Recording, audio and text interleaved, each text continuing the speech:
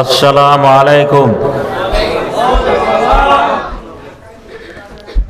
জি, আমি আপনাদের সালাম দিয়েছি, তো সালামের উত্তরটা কেমনভাবে হলো? মানে কেউ দিয়েছেন, কেউ দেয়নি, ওর মধ্যে দুরকম হয়ে গেছে। দেখুন, আমরা সবাই জানি যে সালাম দেওয়াটা সুন্নাত আর প্রত্যুত্তরের জবাব দেওয়াটা ওয়াজিব।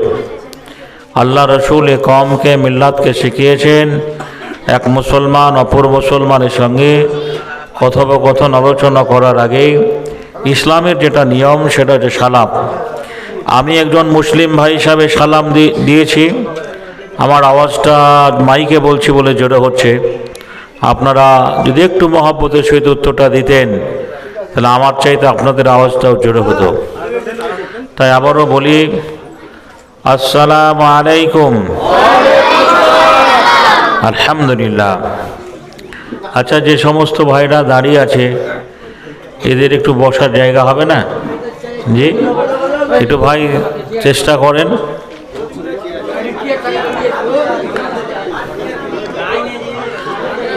আলহামদুলিল্লাহ আলহামদুলিল্লাহ নাহমাদুহু ওয়া নাস্তাঈনুহু ওয়া নাস্তাগফিরুহু ওয়া নু'মিনু বিহি ওয়া নাতাওয়াক্কালু আলাইহি ওয়া নাউযু বিল্লাহি মিন শুরুরি আনফুসিনা ومن شرور أنفسنا من سيئات أعمالنا من يهده الله فلا مضل له وما يضلل فلا هادي له وأشهد أن لا إله إلا الله وحده لا شريك له وأشهد أن محمدا عبده ورسوله أما بعد فخير الحديث كتاب الله وخير الهدي هدي محمد صلى الله عليه وسلم وشر الأمور محدثاتها وكل محدثة بدعة وكل بدعة ضلالة وكل ضلالة في النار. أعوذ بالله من الشيطان الرجيم. بسم الله الرحمن الرحيم. يا أيها الذين آمنوا هل أدلكم على تجارة تنجيكم من عذاب أليم تؤمنون بالله ورسوله وتجاهدون في سبيل الله بأموالكم وأنفسكم ذلكم خير لكم إن كنتم تعلمون. بسم الله الرحمن الرحيم. يا أيها الذين آمنوا اتقوا الله حق تقاته ولا تموتن إلا وأنتم مسلمون. হে রাসূল তোমায় ভালোবাসি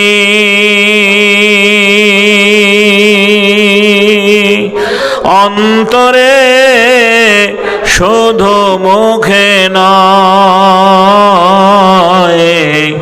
জান্নাতের আশায় নাই গো রাসূল জাহান্নাম কেউ ডরি না হে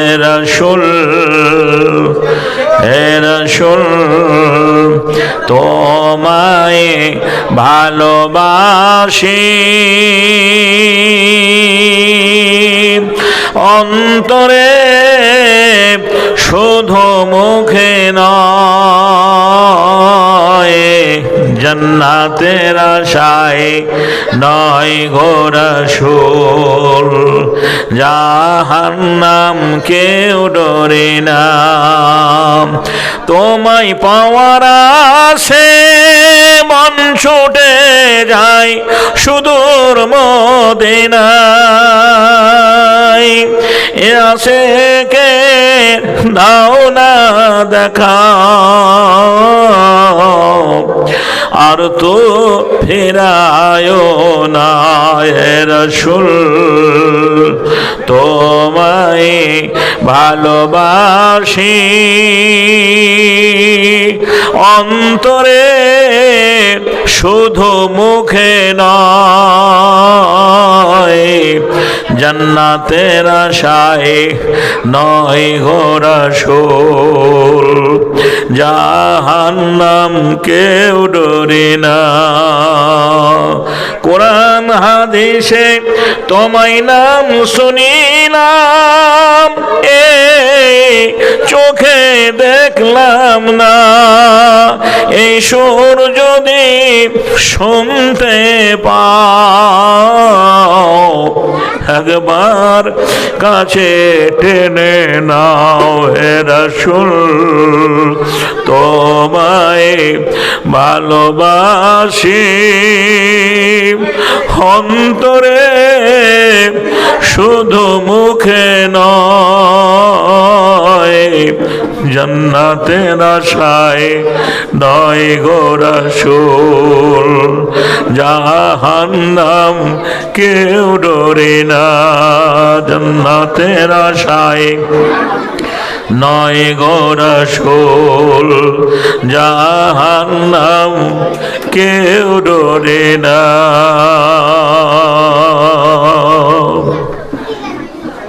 সম্মানিত আজকের ধর্মীয় সভার যোগ্যতম সভাপতি মহাশয়,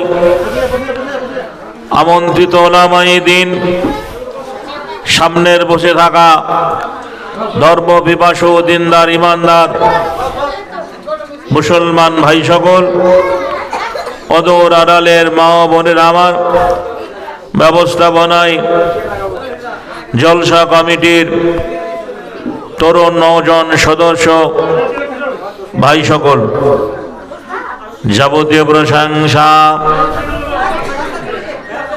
যাবতীয় গুণগান গুণগরিমা সেপ্তসানা হামদনাথ সেই মহান করুণাময় আল্লাহ রাব্বুল আলামিনের জন্য, যে আল্লাহ রাব্বুল আলামিন কোন কায়নাতের মালিক, যার ইশারায় যার ইঙ্গিতে যার হুকুমে আজও পূর্বাকাশে সূর্যোদ্ভাসিত হয়ে অন্ধকার পৃথিবীকে আলো দান করেন যে মহান আল্লাহ। এখান থেকে রঘুনাথগঞ্জ বেশি দূরে নয়। এখন এই রাত্রে রঘুনাথগঞ্জ সদর শহরে যদি হসপিটালে যান, হসপিটালে দেখবেন কত মানুষ, সুবহানাল্লাহ, হসপিটালের বেডে শুয়ে আছে। কারো 1 বোতল রক্ত লাগবে, ডাক্তার বারবার বলেছে। কেউ যে শ্বাসকষ্ট হচ্ছে, নাকে একটা গ্লাস পরানো রয়েছে, অক্সিজেন সিলিন্ডার বোতলটা সাইডে রয়েছে, ইঞ্জেকশন স্যালাইনের বোতলটা সামনে মাথার উপরে ঝোলে। যাদের বাড়িতে মার্বেল বিছানো ঘর, যারা দামি খাট ছাড়া জীবনে ঘুমায়নি, সেই লোকগুলো দেখবেন আপনজনদের ভর্তি করে হসপিটালের বারান্দায় মশার কামড়ে শুয়ে রয়েছে। জি, জিজ্ঞাসা করবেন, ভাই তুমি এখানে?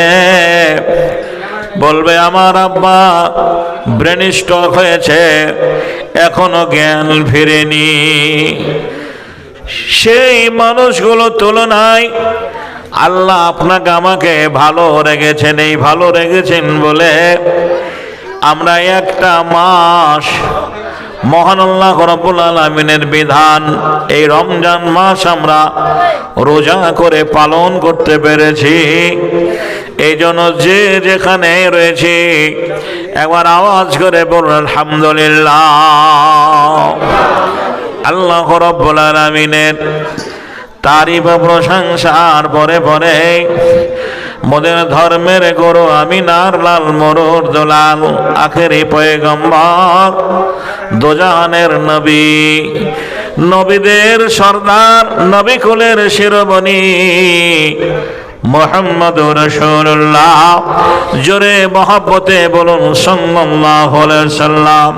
তিনার প্রতি শত সহস্র সন্ধির ধারা সালাম ও দরুদ আল্লাহুম্মা আমিন। আল্লাহুম্মা সাল্লি আলাইহি। মা ও বোনেরা আমার, আমি কোরআন থেকে দুটি জায়গা থেকে ছোট ছোট দুটো আয়াতের টুকরো পড়েছি। জানি না আপনারা আমাকে কতটুকু সময় দেবেন, তবে আপনাদের ধৈর্যকে সামনে রেখে মিল্লাতের উদ্দেশ্যে দু চারটি কথা আলোচনা রেখে আমি আপনাদের কাছ থেকে চলে যাব। আমার তৌফিক ইল্লা বিল্লাহ। তবে একটা কথা আপনাদের জেনে রাখা দরকার, আপনারা যারা এই সামনে আমার বসে রয়েছেন, আপনাদের যদি পরিচিতি জানা যায়, আপনাদের যদি পরিচিতি জানতে চায়, আপনারা বলবেন আমরা জন্মসূত্রে মুসলিম। আপনাদের মা মুসলমান, বাবা মুসলমান, তার দাদা মুসলমান। মা রে, বোন রে, বাবুরে আমার, আমি আপনাদের কাছে আজকে একজন মেহমান এসেছি রে মা। আমি কিন্তু অরেশান সূত্রে মুসলমান নই। আপনারা একটু আওয়াজ পেয়েছেন, আমি একজন হিন্দুর ছেলে। আমার বাবা আজও হিন্দু ধর্মে রয়েছে, ভগবানের পুজো করে। বাবা সকালবেলা হলে বলে ওং ব্রহ্মা দেবচ্চং ব্রহ্মায়তচ্চং জগোধীতায় কৃষ্ণায় গোবিন্দায় নমঃ নমঃ পাপহং পাপাত্তাপাপ সম্ভাব ত্রাহিমাম পুণ্ড্রীকাক্ষো সর্বপাপ হর হরি নমঃ নমঃ নমস্তেশ্বৈ নমঃ নমঃ। মা সকালবেলায় হরিতানায় জল ঢেলে ভগবানকে বলে হরে কৃষ্ণ কৃষ্ণ কৃষ্ণ হরে হরে, হরে রাম রাম রাম হরে হরে। আমি সেই মায়ের ছেলে। ফজরের আজান যখন হয়, আসসালাতু খায়রুম মিনান নাওম, এর বাংলা মানে ঘুম চাইতে নামাজ উত্তম। আমি মসজিদে গিয়ে আল্লাহকে ডাকি কি করে? আলহামদুলিল্লাহ রাব্বিল আলামিন আর রহমানির রহিম মালিক ইয়াউমিদ্দিন ইয়াকা নাবুদু ওয়া ইয়াকা নাস্তাইন ইহদিনাস সিরাতাল মুস্তাকিম সিরাতাল লাযিনা আন'আমতা আলাইহিম গায়রিল মাগদুবি আলাইহিম ওয়ালাদ-দাল্লিন। আমিন। মা খালারা আমার, নিশ্চয় আপনাদের জানার আগ্রহ আছে। আমি কোরআন হাদিসের আলোকে কিছু কথা বলার আগে একটু পরিচিতি হব রে মা। ভাই গো, মানুষের সঙ্গে পরিচিতি না হলে সম্পর্ক হয় না। আপনারা আমাকে চেনেন না, আমি আপনাদেরকে চিনি না, আত্মীয়তা হবে না, প্রেম মহব্বত ভালোবাসা হবে না। যখন আমার পরিচয় আপনি জানতে পারবেন, আমি কোথা থেকে কিভাবে এসেছি, তখন আপনার সঙ্গে একটা ভালো সম্পর্ক গড়ে উঠবে। এটাই বাস্তব। আজ থেকে 1450 বছর আগে সুদূর মক্কা নগরে সম্ভ্রান্ত কোরেশ বংশে 570 খ্রিস্টাব্দে এই ইসলামের দায়িত্ব আমার রাসূলকে দেওয়া হয়েছিল। আমার রাসূল মানুষকে হেদায়েত করার জন্য, দ্বীনে আনার জন্য এইভাবে বুঝিয়েছিলেন। কি বলেছিলেন? ওগো মক্কাবাসী, তোমরা এক আল্লাহ আনুগত্য করো, আল্লাহ ছাড়া কোনো মাবুদ নেই। একবার বলো লা ইলাহা ইল্লাল্লাহু মুহাম্মাদুর রাসূলুল্লাহ। আজকের জামানায় এই কালেমাটা বড় লোকরা বলে না, যারা প্রতিদিন টাকার বান্ডিল গোনে, যাদের আয় ইনকাম পরিধি বেশি, যাদের মার্বেল বিছানো ঘর, এসি ঘরে লাগানো রয়েছে, যারা দামি খাটে ঘুমায়, এই কালেমাটা যে বন্ধুরে আমার তাদের মগজে থাকে না। আমরা দেখি ট্রেনে, বাসে, রাস্তাঘাটে, হাটে বাজারে অসহায় দরিদ্র মানুষেরা দরজার সামনে বলে লা ইলাহা ইল্লাল্লাহ, কই গো মা দুটো ভিক্ষা দাও। এই কালেমাটা মুসলমানদের আজকে ভিক্ষার মন্ত্র হয়ে দাঁড়িয়েছে। কিন্তু এই কালেমাটা আল্লাহর জমিনে যে বন্ধুরে আমার বাস্তবায়িত করার জন্য আমার রাসূলকে যুদ্ধ করতে হয়েছে। বদরের যুদ্ধে, উহুদের যুদ্ধে, খন্দকের যুদ্ধে, তাবুকের যুদ্ধে, ইয়ামিনের যুদ্ধে, ইয়ামুকের যুদ্ধে তাজা তরুণ মুসলমানরা রক্ত ঝরিয়েছেন। আর যাদের রক্তের বিনিময়ে আজও কালেমা এই দুনিয়াতে রয়েছে। আল্লাহর নবীর কাছে অমুসলমানেরা ইসলামকে ভালোবেসে কালেমা পড়ে মুসলমান হতে লাগলেন। নবীকে দেখে সেই যুগে, সেই সময়ে, সেই কালে যারা কালেমা পড়ে মুসলমান হয়েছিল এদেরকে সাহাবী বলা হয়। যারা সাহাবী আল্লাহর নবীর কাছে কালেমা পড়ে মুসলমান হয়েছিলেন, এই সাহাবীরা সুবহানাল্লাহ ঈমান আনার জন্য, মুসলমান হওয়ার জন্য, কালেমা পড়ার জন্য মক্কার কাফেরেরা তাদেরকে মানতে পারেনি। তাদের বাড়িঘর ভেঙে দিয়ে, তাদের বাড়িঘর জ্বালিয়ে দিয়ে মক্কা থেকে তাদেরকে তাড়িয়ে দিয়েছে। আল্লাহর নবীর কাছে যারা ইসলাম কবুল করেছিলেন তারা হলেন নবীর সাহাবী। আপনারা বহু আলেমদের মুখে শুনেছেন যে আল্লাহ নবীর কাছে হযরতে বেলাল মুসলমান হয়েছিলেন। হযরতে বেলাল ঈমান আনার জন্য মক্কার কাফেরেরা তার হাতে পায়ে দড়ি বেঁধে মরুভূমির মাঠে মাঠে টেনে টেনে নিয়ে বাড়িয়েছেন, তবু এই বেলাল ইসলাম থেকে সরে যায়নি। বনরে আল্লাহর নবীর কাছে এই বেলাল ঈমান আনার পরে, মুসলমান হওয়ার পরে, কালেমা পড়ার পরে মহান আল্লাহ তাকে একটা ইজ্জত দিয়েছিলেন, জায়গা দিয়েছিলেন। জায়গাটা কি?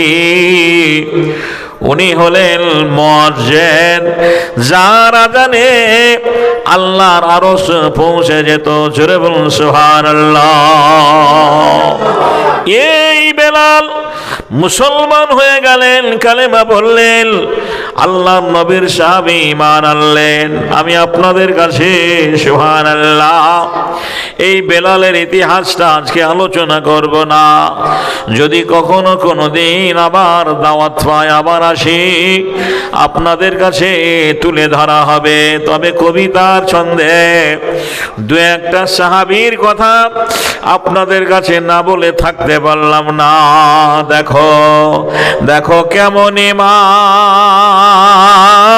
এনেছে আমারও নবীর সাহাবারা, সে যুগের সাহাবারা। হযরত বেলাল এনেছে ঈমান কত কষ্ট করে, মরুভূমির গরম বালুতে তাজা রক্ত ঝরে, তবু বেলাল ছাড়েনি কালেমা, পড়ে লা ইলাহা ইল্লাল্লাহ। দেখো কেমন ঈমান এনেছে আমারও নবীর সাহাবারা, সে যুগের সাহাবারা। হযরত খাব্বাব এনেছে ঈমান কত কষ্ট করে, কাফেরেরা পাথর দিয়ে বুকে আঘাত করে, পিছন দিকে তাকালে পরে দেখা যায় বুকের সিনা। দেখো কেমন ঈমান এনেছে আমারও নবীর সাহাবারা, সে যুগের সাহাবারা। হযরত হানজালা এনেছে ঈমান কত কষ্ট করে, প্রথম রাতে বিয়ের পরে ছিল বাসর ঘরে, যুদ্ধের দামামা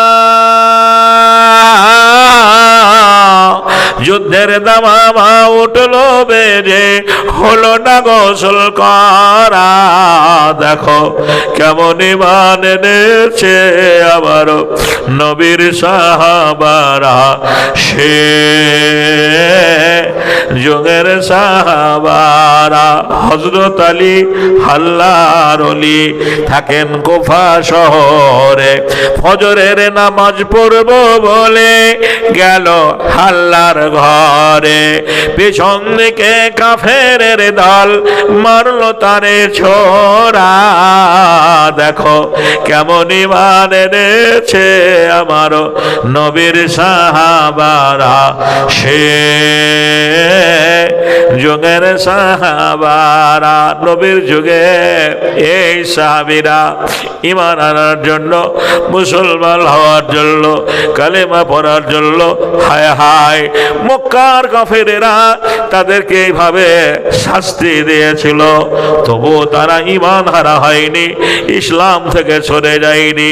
ভাই গো, এই বক্তব্য বহু আলেমদের কাছ থেকে আমরা শুনেছি, কিন্তু তাদেরকে কেউ আমরা চোখে দেখিনি।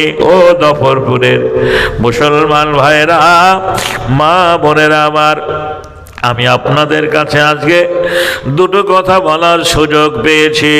আমার সদ্য হিরো ভাইজান আমাকে দাওয়াত করে এখানে এনেছেন। আমি আপনাদের কাছে যে কোরআন হাদিসের আলোকে দুটো কথা বলার আগে আমি আপনাদের কাছে আজকে বলবো, আমি হিন্দু থেকে কেন মুসলমান হলাম। জোরে বলুন, আপনাদের শোনার দরকার আছে না নেই? শোনার দরকার রয়েছে। মা খালার আমার, বোনেরা আমার, নবীর যুগে সাহাবীরা ঈমান এনেছিলেন, মুসলমান হয়েছিলেন। তাদের বক্তব্য আমরা বহু আলেমদের মুখ থেকে শুনতে পাই, কিন্তু আমরা কেউ তাদেরকে চোখে দেখিনি। ঈদের শেষে আজ আপনাদের সৌভাগ্য, আমার জীবন ধন্য। আমি খুবই কাছের মানুষ, বহু জায়গায় বহু সফরে যাই, কিন্তু জীবনের প্রথম আপনাদের এই দফরপুরের মাটিতে আমি প্রথম এসেছি। এটা মনে হয় রঘুনাথগঞ্জ থানা, নাকি বলছেন? আপনারা রঘুনাথগঞ্জ থানার মানুষ। এই রঘুনাথগঞ্জ থানাটা মুর্শিদাবাদ জেলার মধ্যে। আর একটু দক্ষিণে যাবেন, এই দক্ষিণে গিয়ে রঘুনাথগঞ্জের পরে সাগরদিঘি বলে একটা থানা আছে, আপনারা চেনেন জানেন। এই সাগরদিঘি থানাতে 11টা অঞ্চল রয়েছে। আমি মোরগ্রাম অঞ্চলের মানুষ। এই ন্যাশনাল হাই 34 নম্বর জাতীয় সড়ক পথ ভুরকুন্ডা বলে একটা গ্রাম আছে, আপনারা অনেকে চেনেন, অনেকের আত্মীয় বন্ধুরে আমার থাকতে পারে। ওই ভুরকুন্ডা গ্রাম থেকে পূর্ব দিকে 1-1.5 কিলোমিটার একটা মাঠ পেরিয়ে আমার জন্মভূমি, গ্রামের নাম সাওরাইল। ওই গ্রামটার পোস্ট অফিস ভোলা, থানা সাগরদিঘি, জেলা মুর্শিদাবাদ। আজও আমার মা বাপ দুজনে বেঁচে আছে। আমার বাবার নাম হীরেন কুমার রাজেন্দ্র, বাবা আজও বেঁচে রয়েছেন। আপনারা ইব্রাহিম নবীর নাম শুনেছেন? ইব্রাহিম আলাইহিসসালাম একজন আল্লাহর নবী ছিলেন, আর তারা বাজুর মূর্তি বানাতেন, মূর্তি তৈরি করতেন। বাবা আজও মূর্তি প্রতিমা বানান। আমি এই হাত দিয়ে অনেক প্রতিমার গায়ে রং চাপিয়েছি। মা খালার আমার মায়ের নাম অর্চনা দেবী, তারা আমার ভালোবেসে নাম রেখেছিল শ্রী মিলন কুমার রাজেন্দ্র।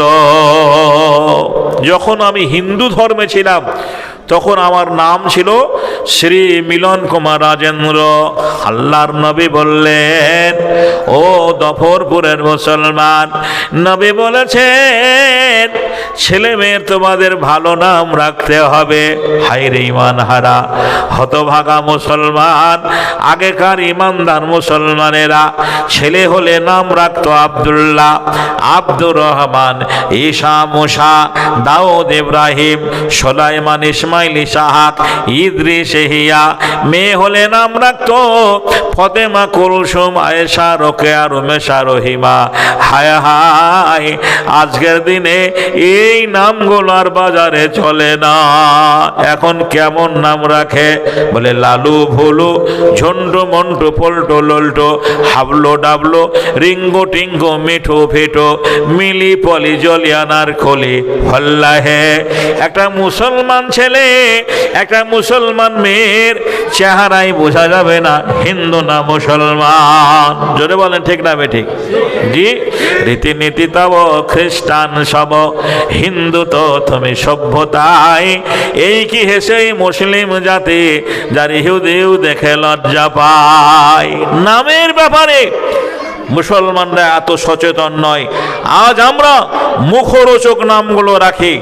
আমার মনে আছে অনেক দিনের কথা, জি ওপার বাংলার একটা মেয়েটা এখন কলকাতায় থাকে, সল্লেগে বাড়ি আছে, জি অঞ্জু ঘোষ। এই অঞ্জু ঘোষের একটা বই বেরিয়েছিল, বইটার নাম বেদের মেয়ে জ্যোৎস্না। এই বেদের মেয়ে জ্যোৎস্না যখন বইটা প্রথম বাজারে এলো, তখন কে না দেখেছে বইটা। তো আপনার দফরপুরের একটা একেবারে সাদা সিধা ছেলে আপনার, তার মেয়েটার নাম ছায়াবাণী সিনেমা হলতে বেদের মেয়ে জ্যোৎস্না বইটা দেখার পরে ওর মেয়ের নাম জ্যোৎস্না রেখেছে। জ্যোৎস্না রাখার পরে এখন আমার মতো আলেমের বক্তব্য শোনার পরে পরের বছর একটা ছেলে হয়েছে। মসজিদের ইমামের কাছে গিয়ে বলছেন, ভাই মৌলানা, আমার মেয়েটার নাম জ্যোৎস্না রেখেছি, এটা ছেলে হয়েছে, একটা ভালো নাম আপনি বলে দিন। আলেমরা ভালো নাম বলবে না? আলেমরা ভালো নাম বললে পাবলিকের পছন্দ হয় না। যদি বলে আব্দুর রহমান রাখো, বলছে বুড়া নাম চলবে না, এটা অনেক দিনের পুরনো নাম, চলবে না বাজারে। বলে আব্দুল্লাহ রাখো, বলে না, এটা আমার চাচাই তো ভাইয়ের নাম। বলে শামসুজ্জোহা রাখো, এনামুল রাখো, আমজাদ রাখো, আশরাফুল রাখো, সুফিয়ান রাখো, নঈমুদ্দিন রাখো, ইসহাক রাখো, এহিয়া রাখো, জাকারিয়া রাখো। একটা নামও তার পছন্দ হলো না। বলছে তুমি যেমন তাই রাখো গা। ও তখন কইছে যে এই ছেলেটার নাম আমি ছেঁড়া রেখে দিই। বলছে আলহামদুলিল্লাহ, এমন নাম রাখবো যে দফরপুরে একটাও না থাকে। 1.5 বছরের মাথায় আর একটা ছেলে হয়েছে। মৌলভী সাহেবকে বলছে, মৌলভী সাহেব এটাই নাম কি রাখবো? মৌলভী সাহেব মানতে কি পড়া লোক, যে যেমন তার ওষুধটা তেমন দিতে হবে। বলে বড়টার নাম কি রেখেছো ভাই? বলে ছেঁড়া। বলছে এটার নাম তাহলে ফুটো রেখে দাও। তাহলে একটা ছেঁড়া আর একটা ফুটো। আবার 1.5 বছরের মাথায় মুসলমানদের খুব ঘন ঘন ছেলে হয়। বলছে মৌলানা আর বাড়াবাড়ি করবো না, আর একটা ছেলে হয়েছে। বলছে এটার নাম কি রাখবো? বলছে এটার নাম লাঠি রেখে দাও। আর একটা ছেলে হয়েছে, বলছে এটার নাম বাঁশি। জ্যোৎস্না মেয়েটা বড় ভালো করে বুঝবেন, মেয়েটা উচ্চ মাধ্যমিক পাস করেছে, রেজাল্ট ভালো করেছে, দেখতে অপূর্ব সুন্দরী, কোন গায়ের নাম করব? এই খরিবনের একটা লোক রাস্তা দিয়ে যাচ্ছিল, জ্যোৎস্নাকে দেখে পছন্দ হয়েছে, বলছে মেয়েটা কার গো? বলছে ওই কুদ্দুসের মেয়ে। বলছে এই মেয়েটার কি বিয়ে দেবে না? বলবে দেবে। ভাই গো, ঘটক ভাই বাড়ি লাগালো।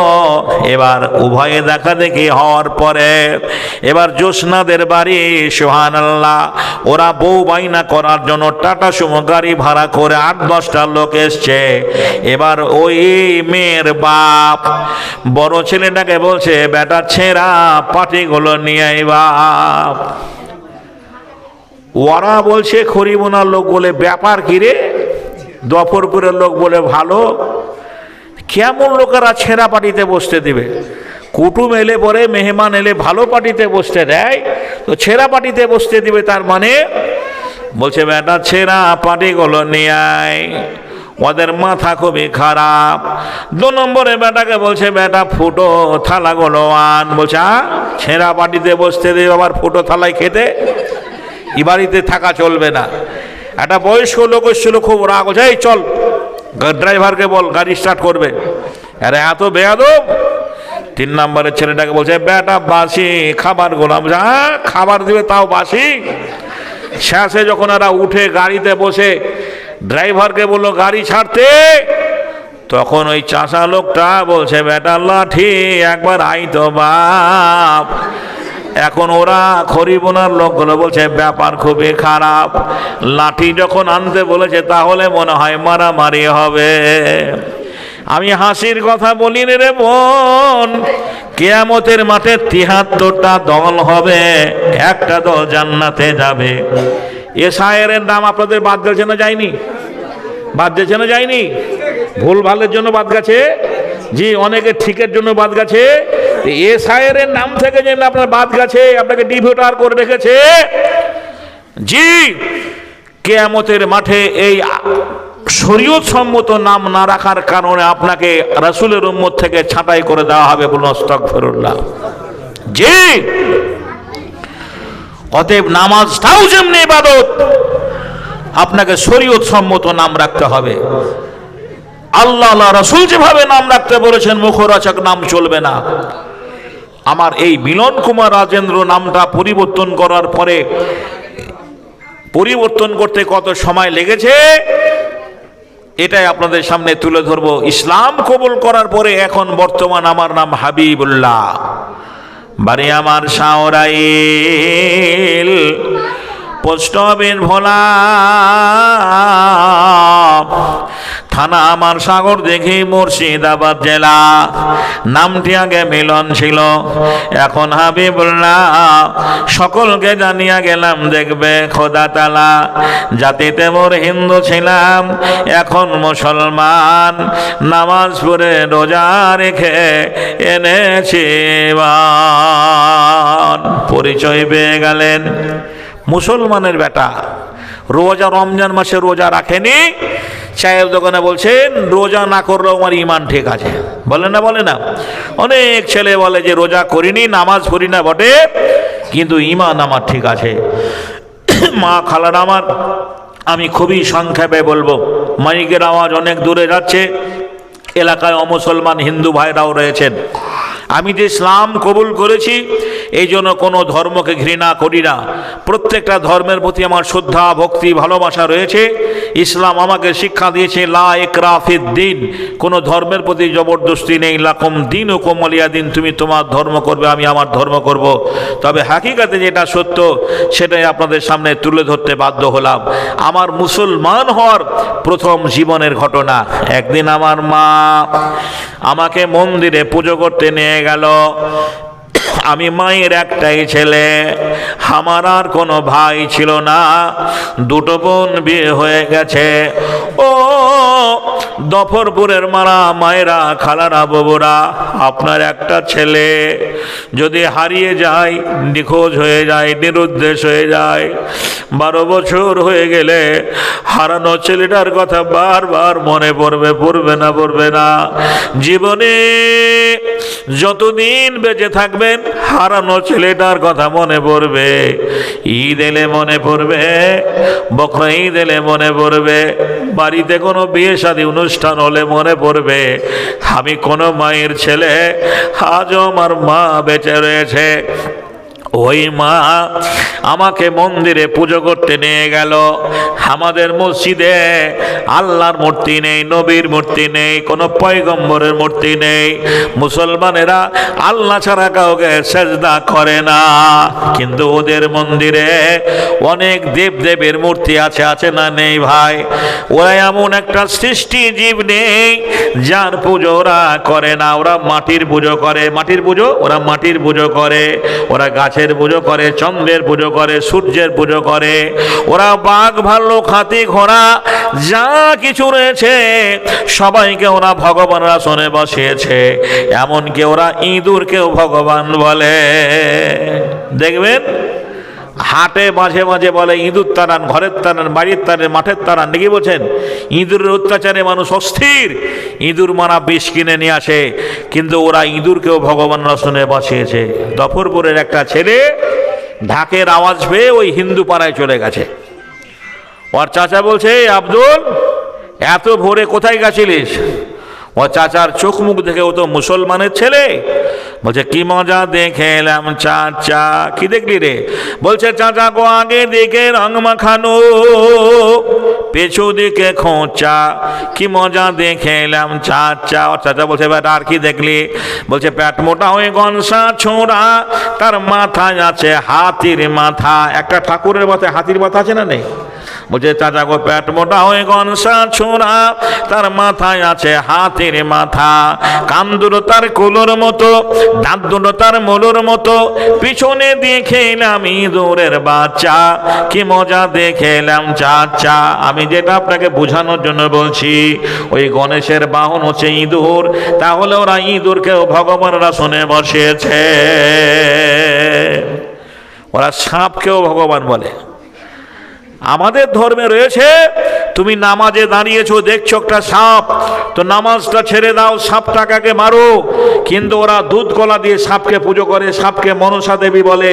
কালিদাস মাঠ দিয়ে আসছে, পুকুরে পদ্ম ফুল ফুটে আছে, ওই পদ্ম ফুল একটা ব্যাঙ বসে আছে, আর ব্যাঙটাকে ধরার জন্য সাপ যখন গেছে, সাপটাকে দেখে ব্যাঙটা পানিতেই লাফ মেরে দিল।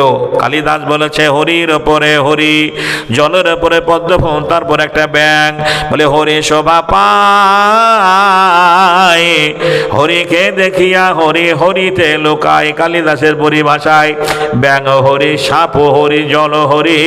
কিছু মাথা মোটা মুসলমান আছে, রাজনীতির মাস্টার, জীবনেও নামাজ পড়ে না, অমুসলমানদের সংস্পর্শে থেকে 2026-এর ভোটকে সামনে রেখে বলছে তোদের হরি আর আমাদের আল্লাহ এক।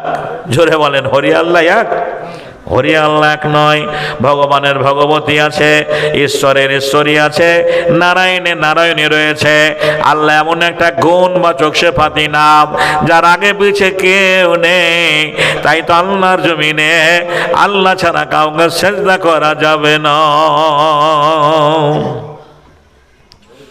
ওরা খড়কেও পুজো করে, খড়ের পুজো করে না? করে না? আপনারা খড় বলেন না লারা বলেন না আউর বলেন? লারা বলেন, খড় বলেন, যাই বলেন, এই লারারও পুজো ওরা করে। করে না? করে না? কি করে পুজো করে? পরিকাঠামোটা আগে খড় দিয়ে লারা দিয়ে বানানো হয়। ওদের কালিদাস বলছে দেখেলাম হাওড়াতে পড়ে আছে নদীতে, বাঘের মাংস খেয়েছে গরুতে। আচ্ছা বাঘের মাংস গরুতে খায় না, গরুর মাংস বাঘে খায়? গরুর মাংস বাঘে খায়, কিন্তু আমি বলেছি বাঘের মাংস খেয়েছে গরুতে, তাহলে ভুল বলেছি বাবুরে। না না, ওদের দেখবেন দুর্গা মন্দির একটা বাঘ বানানো আছে, সেটাও খড় দিয়ে, ভালো করে বুঝবেন। পুজো হয়ে গেল, বিসর্জন হয়ে গেছে, নদীতে ফেলে দেওয়া হয়েছে গরুর খাদ্য খড়। নদীতে গরুটা পানি খেতে গিয়ে ওই বাঘের খড়গুলো টেনে টেনে খাচ্ছে। দেখে এলাম হাওড়াতে পড়ে আছে নদীতে, বাঘের মাংস খেয়েছে গরুতে, তাহলে ওরা খড়ের পুজো করে। এক কথায় পৃথিবীতে এমন একটা সৃষ্টিজীব নেই যার কাছে ওরা সেজদা করে না। কিন্তু ইসলাম আল্লাহর জমিন আল্লাহ ছাড়া কাউকে সেজদা করা যাবে না। ভাইরা আমার, আমি মাকে গিয়ে বললাম, মা আমি তো পুজো করব, পুষ্পাঞ্জলি দেব, এদের জন্ম কোথায় মা বলো, এরা আমাদের কে হয়? মা বলে, বেটা রে, এগুলো আমাদের বাবা হয়। যদি এ বাবাদের আমরা পুজো করতে পারি তাহলে আমরা স্বর্গবাসী হতে পারবো। নাউজুবিল্লাহ মিন জালিক। মাকে বললাম, মা তুমি যাকে বাবা বলো তোমার বাবা তোমার নানা হবে, তুমি যাকে মা বলো তোমার মা তোমার নানি হবে, অতএব তোমার বাবাকে আমি কেন বাবা বলবো? মা রেগে গেলেন। আমি মাকে বলেছিলাম, মা যদি এই দেবদেবীদের বাবা বলতে হয়, আমি আমার জীবনে আজ থেকে রাস্তাঘাটে যাকে দেখতে পাবো আমি তাকেই বাবা বলে ডাকবো, আর তাকেই তোমাকে স্বামী বলে গ্রহণ করতে হবে, করবে কি তাই বলো? কোনো ছেলে যদি তার মাকে হেন প্রশ্ন করে, বুঝতেই পারছেন সে মায়ের মন মানসিকতা কেমন হবে। নিশ্চয়ই সে মা আদর আপ্যায়ন করে কোলে তুলে নেবে না, উগ্র মেজাজ নিয়ে মায়ের সঙ্গে কথোপকথন শুরু হয়ে গেল। মা কি বলেছিলেন, মায়ের প্রত্যুত্তরে কি জবাব দিয়েছি? মন্দিরের প্রথম কথা, প্রভাত বেলায় পড়ে আছিলাম একটি কিতাব, প্রথম পৃষ্ঠা খুলতেই দেখি যুদ্ধের হয়েছে। মা বলল, চলো বাবা করে গিয়ে পুজো, তোমার পিতা আসলে বরে দেব যত মজো। আমি বলিলাম মায়ের তরে, ওগো মা শোনো, কোনটা তোমার আসল মিতা তাকে তুমি চেনো? রামকৃষ্ণ শিবকৃষ্ণ ব্রহ্মা মহেশ্বর, কার কে পিতামহ কে বড় ঈশ্বর? আমার কথা শুনে মা অবাক হয়ে রয়, এদিক ওদিক চাইয়া দেখে কেউ কোথাও নাই। মা বলল, শোনো বাচ্চা, শোনো পুত্রধন, সবারই সবাই পিতা, সবাই ভগবান। আমি বলিলাম, মায়ের তরে গো মা, তাই যদি হয় আমার পিতা তোমার স্বামী তোমারও পিতা হয়।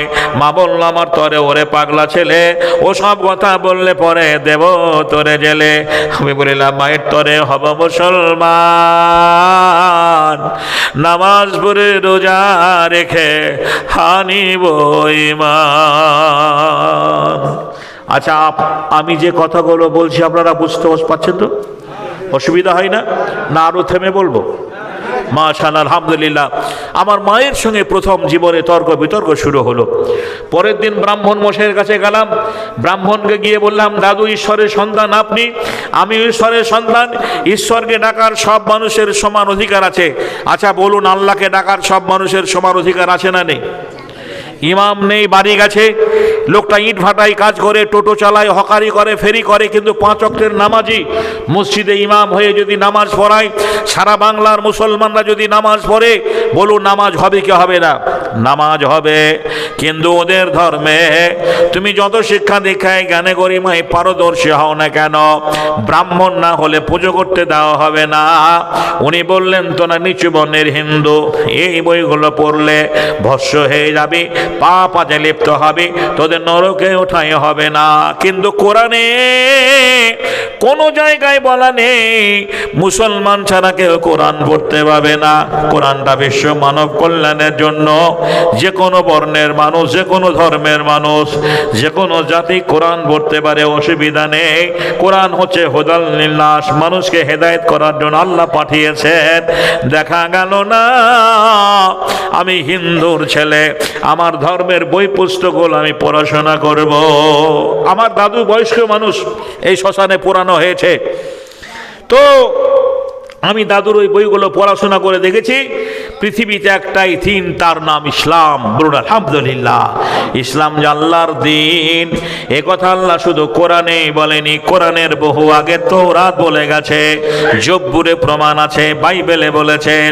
আমরা যাকে বলি লা ইলাহা ইল্লাল্লাহু মুহাম্মাদুর রাসূলুল্লাহ, বেদে বলা হয়েছে লা ইলাহা মুহাম্মাদান রাসূলুল্লাহ সর্বং সুন্দরং পরমং সুন্দরং অল্লং জ্যেষ্ঠং ষষ্ঠং পরমং পূর্ণং ব্রহ্মং অল্লাহ অল্লামিতাং। এমনি করে বেদ পুরাণে বহু জায়গায় বারবার আল্লাহ মোহাম্মদের কথা বলা হয়েছে। দেখা গেল না ওই মোহাম্মদের দিন আমাকে কবুল করতে হবে। ইসলাম নিষেধ করেছে মূর্তি পূজা হারাম, মূর্তি পুজো করা যাবে না। অমুসলমানদের পুরাণে স্পষ্টভাবে বলা হয়েছে শ্রেষ্ঠ পূজা কাকে বলে? ধাতু পাষাণ মাটির মূর্তি কাজক্রেতর সে গঠনে, আতপ চারার পাকা কলা কাজক্রেতর আয়োজনে, মেষ ছাগল মহিষ জাতি কাজক্রেতর বলিদানে, জাকজমকে করলে পূজা হং করে মনে মনে, তুমি লুকিয়ে তারে করবে পূজা জানবে না রে জগৎ জনে, তুমি ভক্তি সুধা খাইয়ে তারে তৃপ্তি কর আপন মনে।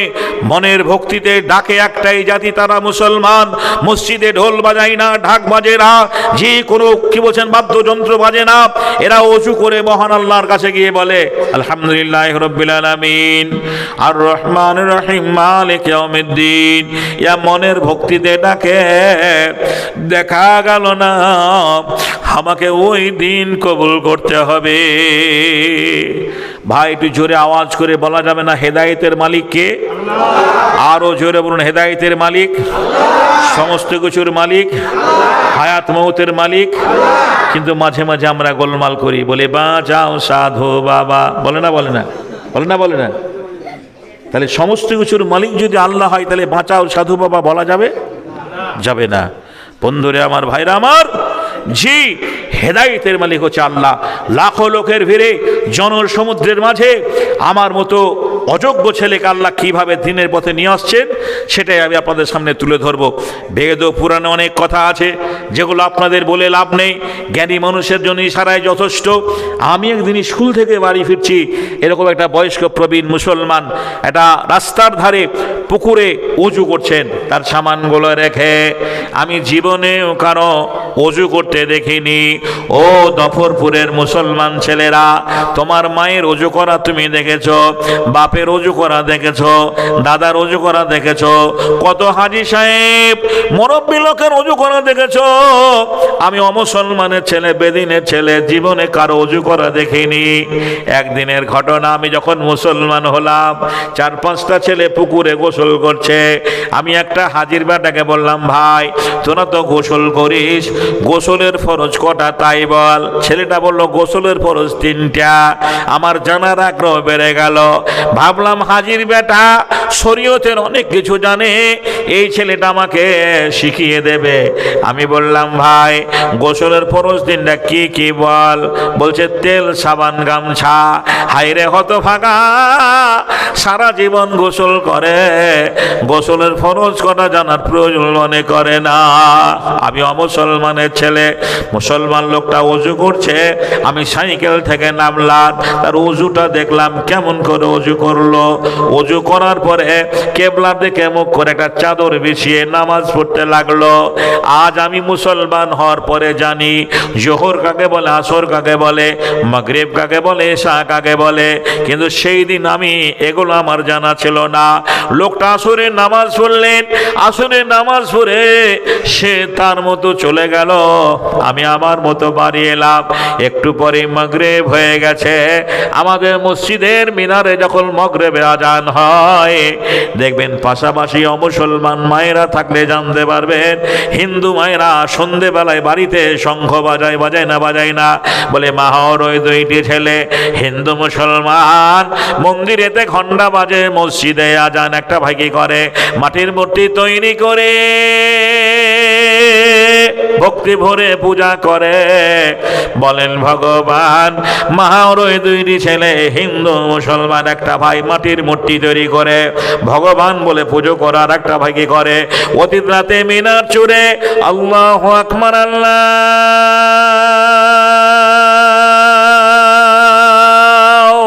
আকবার, অতীত রাতে মিনার চুরে উচ্চ স্বরে আজান পড়ে দয়াল খোদাই ডাকে তারে, বলেন রহমান।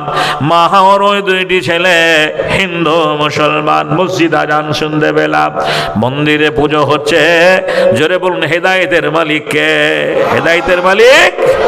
আমি বেদিনের ছেলে, মাঠে গেলাম ওযু করার মতোই হাত মুখ ধুয়ে বাড়ি এসে দরজা বন্ধ করে নামাজ পড়ব। আমাদের বাড়িতে কালী, দুর্গা, লক্ষ্মী, সরস্বতী এই দেবদেবীর ছবিগুলো দেওয়ালে রয়েছে। আমরা এগুলো পুজো করি, পুষ্পাঞ্জলি দিই, সন্ধ্যা দিই। এই ছবিগুলো মুসলমানদের বাড়িতে পাওয়া যাবে না, না আছে? হাদিসে আছে আল্লাহর নবী বলেছেন, যে বাড়িতে জীব জানোয়ারের ছবি থাকে সেই বাড়িতে রহমতের ফেরেশতা আসে না। আগে যখন ভিডিও হতো, গ্রামে গ্রামে ভিডিও হল চলতো, ছায়াবানী সিনেমা হলটে যখন ভিড় জমতো, সেই সময়ের কথা বলছি, মুসলমানেরা মেলা থেকে বাড়ি ফেরার পথে জয়াপ্রদা, হেমা মালিনী, মাধুরী, শাহরুখ খান, জিৎ, কাজল, সানিয়া মির্জা এই ছবিগুলোকে ঘরে টাঙিয়ে রাখতো না এমন ভাবে টাঙিয়ে রাখতো মনে হয় বাপের কুটুম হয়। আর তাছাড়া তো ছবি দেখার জন্য মেশিন আজও আছে। এ মেশিন আছে না নেই? বলে চোখ গেল, কান গেল, মান গেল, ইমান গেল রে, ডিশান্ড নাই টিভির জ্বালাই। নাউজুবিল্লাহ, নগ্ন ছবি ফেলছে বেকায়দায়, ডিশান্ড নাই টিভির জ্বালাই। বড় সাহেবের বেবিরা সব ভিসিআর দেখে, কসমেটিক আর লিপস্টিক ঠোঁটে মুখে মেখে, বেগম কোথায় আসর জমায় সাহেবের নাই জানা, বলো ফেলিবে রঙিন আলোয় পাবো যে রাত কানা, ডিশান্ড নাই টিভির জ্বালাই, সিডির জ্বালাই। নৈশ ক্লাবে যাই রে বেবি, যেন ডানা কাটা পরি, ভ্যানিটি ব্যাগ হাতে নিয়ে দেখায় রূপের বাহাদুরি, বিবি নাচে পরের সাথে করে সে মিতালি, নেশার ঘয়ে পাগল হয়ে স্বামী দেয় হাততালি, ডিশান্ড নাই টিভির জ্বালায়। দুনিয়া পাগলা হয়ে গেছে ভাই গো, আখেরাত ভুলে গেছি। আজ আমরা মুসলমান আল্লাহর দিন থেকে সরে গেছি। আমি বেদিনের ছেলে, ওই বইগুলো, ওই ছবিগুলো উল্টে উল্টে বেমুখ করে নামাজে দাঁড়ালাম, আর বললাম আল্লাহ গো, আমার নিয়াত জানা নেই, কোনো দোয়া জানা নেই। রব্বুল আলামিন, আমি অমুসলমানের ছেলে, রব্বুল আলামিন আমার নামাজটাকে তুমি কবুল করে নিও। জোরে বলা যাবে না সুবহানাল্লাহ? জি, আমি পরের দিন স্কুলে গেলাম, সহপাঠী মুসলিম ছেলেদের বললাম, ভাই আব্দুল, তোরা যে নামাজ পড়ি সেই নামাজের কায়দা করণ আমাকে শিখিয়ে দিতে হবে। আমার বন্ধুরা আমাকে বলল, দেখ মিলন, ঈদে একবার যাই, বকরিদে একবার যাই, সবাই যা করে আমরাও তাই করি। কথাই বলে চোরের মার গলা বেশি। 12 মাসের বেনামাজি যারা নামাজ 12 মাস পড়ে না, রমজান মাসে দেখলেন ও এমন কায়দা করে তারাবি নামাজে দাঁড়ায়। সুবহানাল্লাহ, নবী কোরআনের হাফেজ নাকি বলছেন? আল্লাহর ঘরে গিয়েও মানুষ 2 নম্বরই করে, আল্লাহর ঘরে গিয়েও 2 নম্বরই করে। ভাইরা আমার, বন্ধুরে আমার, আমি হিন্দুর ছেলে, মুসলমানদের কাছে নামাজের কায়দা কোনো জানতে পারলাম না। ওরা বলল, দেখ মিলন, আমরা মুসলমান বটে, কিন্তু ঈদ একবার যাই, বকরিদ একবার যাই, সবাই যা করে আমরাও তাই করি। এই দেখেন রমজান চলে গেল, যে ছেলেগুলো মসজিদে ঘোরাঘুরি করছিল, ওই ছেলেগুলোকে আর 2 দিন পরে মসজিদে পাওয়া যাবে না। না যাবে? পাওয়া যাবে না। সুবহানাল্লাহ। আমাদের দেশে একটা প্রচলন আছে, কেউ যখন ছেলে মেয়ের বিয়ে দেয় তা আত্মীয় স্বজন আপনজনদের দাওয়াত করে। জফরপুরের মাখালারা, আপনাদের দেশের বেটা বেটির বিয়ে দিলে পরে আত্মীয় স্বজন কুটুমকে দাওয়াত করে না? করে না? করে না? করে না? আচ্ছা, কুকুরকে কেউ দাওয়াত করে? কুকুরকে দাওয়াত করে নাকি? কুকুর এমনি চলে আসে, প্যান্ডেল ভর্তি লোক, খাওয়া দাওয়া চলছে। কালো কুকুরটা লাল কুকুরটা বলছে, খবর জানিস? বলে কে? বলে টিটুর ছেলের বিয়ে, চল একবার। যে একবারে চর্বিওয়ালা মাংস, জি একবারে ছাপিয়ে দেওয়া। আজ 3টা কুকুরে যুক্তি করছে, আর কালো কুকুরটা বলছে, আমি প্রধানের বাড়িতে থাকি, আমি আগে দেখে আসি। ও যেই ঢুকে পড়েছে হুকুম করে, আর বয়স্ক মুরব্বী লোকটা প্যান্ডেলের বাঁশ তুলে মাজা ঘেঁষে ওকে 2 বাড়ি দিয়েছে। যখন 2 বাড়ি দিয়েছে, দে টানা দৌড় আপনার। অন্য কুকুরগুলো বলছে, ভাই তুই গেলি আর এলি, তা কেমন খেলি? তো বলছে, আমাকে গিয়ে 2 বার দিয়েছে। মেরেছে তা কয় না, বলছে 2 বার দিয়েছে। ওরা বলছে, আলহামদুলিল্লাহ আলহামদুলিল্লাহ, তো গিয়ে 2 বার পেয়েছিস। লাল কুকুরটা যেই ঢুকে পড়েছে, এই মুরব্বী লোকটা কুকুরটাকে দেখে 1 বালতি গরম মার বোঝে না গরম ভাতের মার ওর গায়ে ঢেলে দিয়েছে। আর গায়ে ঢেলে দিয়েছে, দে টানা দর গঙ্গা মুখে, গঙ্গাতে ঝাঁপ দিয়েছে। অন্য কুকুরগুলো বলে, ভাই তুই কেমন খেলি? বলছে, আমাকে গরম দিয়েছে। শেষে হ্যাংলা কুকুরটা বলছে, শুনেছি খুবই চর্বিওয়ালা মাংস, ঠান্ডা হয়ে গেলে খেতে ভালো লাগবে না, আমি যাই, আমিও গরম দেখে আসি। যেই ঢুকে পড়েছে, আর ওইখানে একজন লাঠি নিয়ে দাঁড়িয়েছে, এইখানে একজন লাঠি নিয়ে দাঁড়িয়েছে। যখন লাঠি দেখায়,